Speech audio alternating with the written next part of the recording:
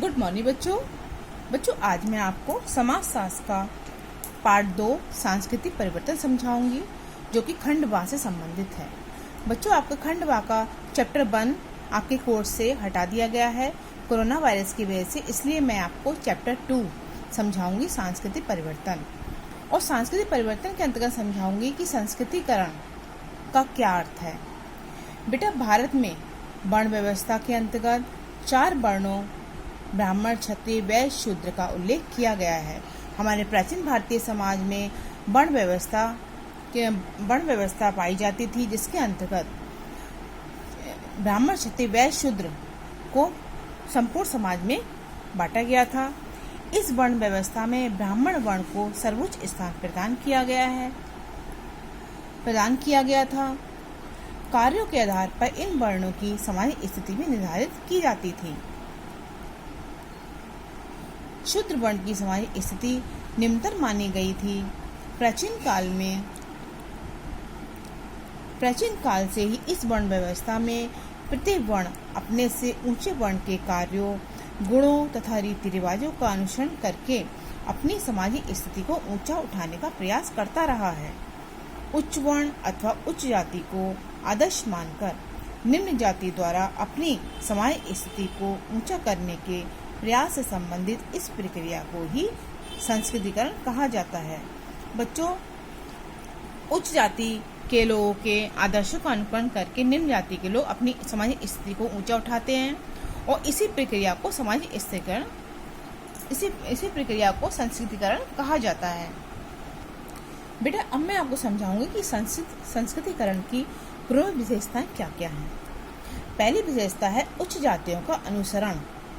बेटा संस्कृतिकरण के अंतर्गत निम्न जातियां उच्च जाति के आदर्शों का अनुसरण करती हैं, उनके जीवनचर्या को अपने जीवन स्तर में उतारती हैं। संस्कृतिकरण की प्रक्रिया में कोई निम्न वर्ण, जाति या जनजाति अपने से ऊंचे वर्ण या जाति का अनुकरण करके अपने परंपरागत सामाजिक स्तर को ऊंचा उठाने का प्रयास करते हैं। इसी के अंतर्गत संस्कृतिकरण का निर्माण होता है। नेक्स्ट बच्चों, केवल पदमूलक परिवर्तन। संस्कृतिकरण के अंतर्गत केवल पदमूलक परिवर्तन ही होते हैं, क्योंकि निम्न जाति के लोग उच्च जाति के आदर्शों का तो अनुकरण करते हैं, लेकिन उनकी जाति वही रहती है, सिर्फ उनकी सामाजिक स्थिति कुछ हद तक सुधर जाती है। संस्कृतिकरण की प्रक्रिया के कारण एक जाति अपने को ऊपर उठाने में सफलता प्राप्त करने का प्रयास करती है, किंतु इस प्रकार की गतिशीलता से केवल पदमूलक परिवर्तन हो सकते हैं। जाति में कोई बदलाव नहीं होता। केवल निम्न जाति के लोग उच्च जाति के लोगों का अनुकरण करके अपनी सामाजिक स्थिति को ऊंचा उठा सकते हैं। जाति नहीं बदल सकते। जाति तो व्यक्ति जो है वही रहेगी। अगर निम्न जाति के व्यक्ति है तो निम्न जाति का ही रहेगा, लेकिन अगर निम्न जाति के व्यक्ति उच्च जाति के व्यक्ति के आदर्शों का अनुकरण करता है तो उसकी सामाजिक स्थिति तो अच्छी हो सकती है, लेकिन उसकी जाति वही रहेगी। इसलिए संस्कृतिकरण की प्रक्रिया को केवल पदमूलक परिवर्तन कहा जाता है। सर्वव्यापकता। बेटा संस्कृतिकरण की प्रक्रिया हिंदू जातियों के अलावा जनजातियों तथा अर्ध जनजातीय समूह में भी पाई जाती है।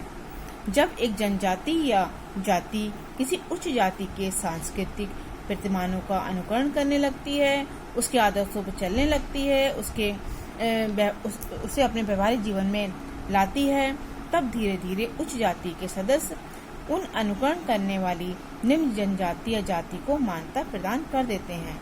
उच्च जाति सदस्य देखते हैं कि ये निम्न जाति का व्यक्ति उसके आदर्शों का अनुकरण कर रहा है, लगातार कर रहा है, पीढ़ी दर पीढ़ी अनुकरण हो रहा है, तो तब उच्च जाति के लोग निम्न जाति लोगों को मान्यता प्रदान कर देते हैं और उच्च जाति का मानने लगते हैं। बेटा संस्कृतिकरण के अंतर्गत आदर्शों का बहुत अधिक महत्व होता है। संस्कृतिकरण की प्रक्रिया में एक जाति या जन समूह द्वारा अपने से उच्च जाति या वर्ण के आदर्शों का अनुकरण किया जाता है, जिसमें ब्राह्मण वर्ग के आदर्शों का मुख्य माना गया है। ब्राह्मण वर्ग के आदर्शों का अनुकरण अधिकतर निम्न जातियां करती हैं और उसके आदर्शों पर चलने का प्रयास करती हैं। नेक्स्ट है बच्चों प्रभु जाति का महत्व। भारत में भू स्वामित्व का प्रमुख स्थान रहा है, अर्थात जिस व्यक्ति के पास भूमि बहुत अधिक मात्रा में होती है तो उसे सबसे सर्वोच्च व्यक्ति माना जाता है, सबसे उच्च व्यक्ति माना जाता है, चाहे भले उसकी जाति कोई भी हो। जिस जाति के लोगों के पास उच्च स्थिति एवं अधिकतम भूमि हो, उस स्थान पर वही जाति प्रभु जाति कहलाती है। अर्थात चाहे व्यक्ति किसी भी, चाहे निम्न जाति का हो या उच्च जाति का हो, अगर उसके पास बहुत ही पैसा है, रुपया, पैसा, जमीन है, तो वह उस क्षेत्र का प्रभु जाति, तो वह उस व्यक्ति की जाति उस क्षेत्र की प्रभु जाति कहलाती है।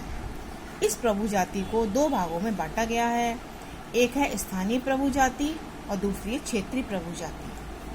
अब मैं आपको सबसे पहले समझाऊंगी कि स्थानीय प्रभु जाति क्या है। बच्चों, स्थानीय प्रभु जाति का अर्थ उस जाति से है जो एक स्थान पर रहकर किसी भूभाग पर अधिकार कर लेती है।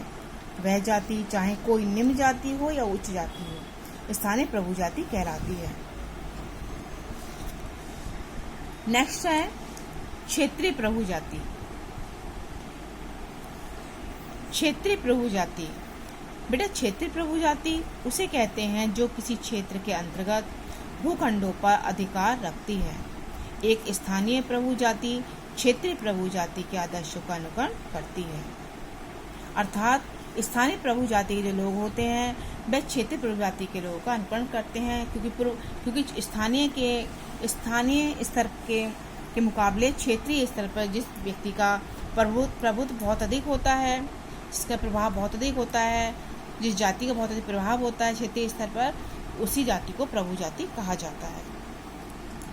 बेटा संस्कृतिकरण की अगली विशेषता है सार्वदेशिकता का अभाव। संस्कृतिकरण की प्रक्रिया में निम्न जातियां उच्च जातियों के आदर्शों का अनुकरण करती हैं, किंतु ऐसा करने से उनकी जाति नहीं बदल जाती। भले ही उनकी स्थिति में परिवर्तन हो जाए, लेकिन व्यक्ति की जो जाति है वही रहती है। सिर्फ निम्न जाति के द्वारा उच्च जाति का आदर्शों का अनुकरण किया जाता है। जाति तो व्यक्ति की वही रहेगी जिस जाति में उसने जन्म लिया है।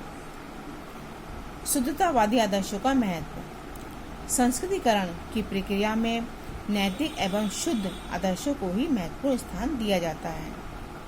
जो बहुत पवित्र आदर्श माने जाते हैं, नैतिक आदर्श माने जाते हैं, उन्हीं आदर्शों को संस्कृतिकरण में महत्व प्रदान किया जाता है। जैसे उदाहरण के लिए हम किसी जाति के मांस मदिरा भक्षण का अनुकरण नहीं करते, बल्कि शाकाहारी भोजन के आदर्शों का ही अनुकरण करते हैं, सदाचार का अनुकरण करते हैं, सत्यवादी होने का अनुकरण करते हैं। तो अच्छी बातों का अनुकरण किया जाता है, जो बातें शुद्ध होती हैं, जीवन में आदर्श बातें होती हैं, उन्हीं आदर्श बातों का अनुकरण किया जाता है संस्कृतिकरण के अंतर्गत। नेक्स्ट बच्चों, वैदिकरण का महत्व। संस्कृतिकरण की प्रक्रिया वैदिकरण को भी मान्यता देती है।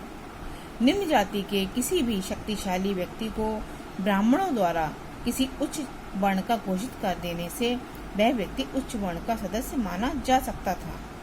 इस प्रकार प्राचीन भारतीय समाज में संस्कृतिकरण में ब्राह्मणों द्वारा वैदिकरण की प्रक्रिया के कारण निम्न जाति का कोई भी सदस्य उच्च जाति की संस्कृति को ग्रहण कर सकता था। लेकिन वर्तमान समय में ऐसा नहीं है। वो तो प्राचीन काल में ऐसी व्यवस्था थी कि ब्राह्मण के द्वारा अगर किसी निम्न जाति के व्यक्ति का वैदिकरण प्रक्रिया की जाती थी तो वह उच्च जाति का माना जाता था। नेक्स्ट और लास्ट पॉइंट है आपका संस्कृति का आदान प्रदान। संस्कृतिकरण के द्वारा निम्न जाति के लोग उच्च जाति के आदर्शों का अनुकरण करते हैं, जिसके कारण उच्च जाति की संस्कृति को निम्न जाति लोग ग्रहण करते हैं और निम्न जाति संस्कृति को उच्च जाति लोग ग्रहण करते हैं। तो इस प्रक्रिया के अंतर्गत संस्कृति का आदान प्रदान भी होता है। संस्कृतिकरण की प्रक्रिया में अनुकरण करने वाली जाति तथा वह जाति जिसका अनुकरण किया जाता है, दोनों ही एक दूसरे की संस्कृति को प्रभावित करती हैं। तो इस प्रकार भारतीय संस्कृतिकरण की प्रक्रिया के अंतर्गत वादी आदर्शों का बहुत अधिक महत्व होता है, वैदिकरण का महत्व होता है, संस्कृति का आदान प्रदान किया जाता है। ये सभी संस्कृतिकरण की विशेषताएं हैं। बच्चों, मैंने आपको पैराग्राफ समझाया और मैं उम्मीद करती हूँ आपको पूरा पैराग्राफ समझ में आ गया होगा। अब मैं आपसे कुछ 4 प्रश्न इस पैराग्राफ संबंधित पूछ रही हूँ। आपको इन चारों प्रश्नों को उत्तर इस पैराग्राफ में छाट कर लिखने हैं। संस्कृतिकरण किसे कहा जाता है? प्रभु जाति किसे कहते हैं?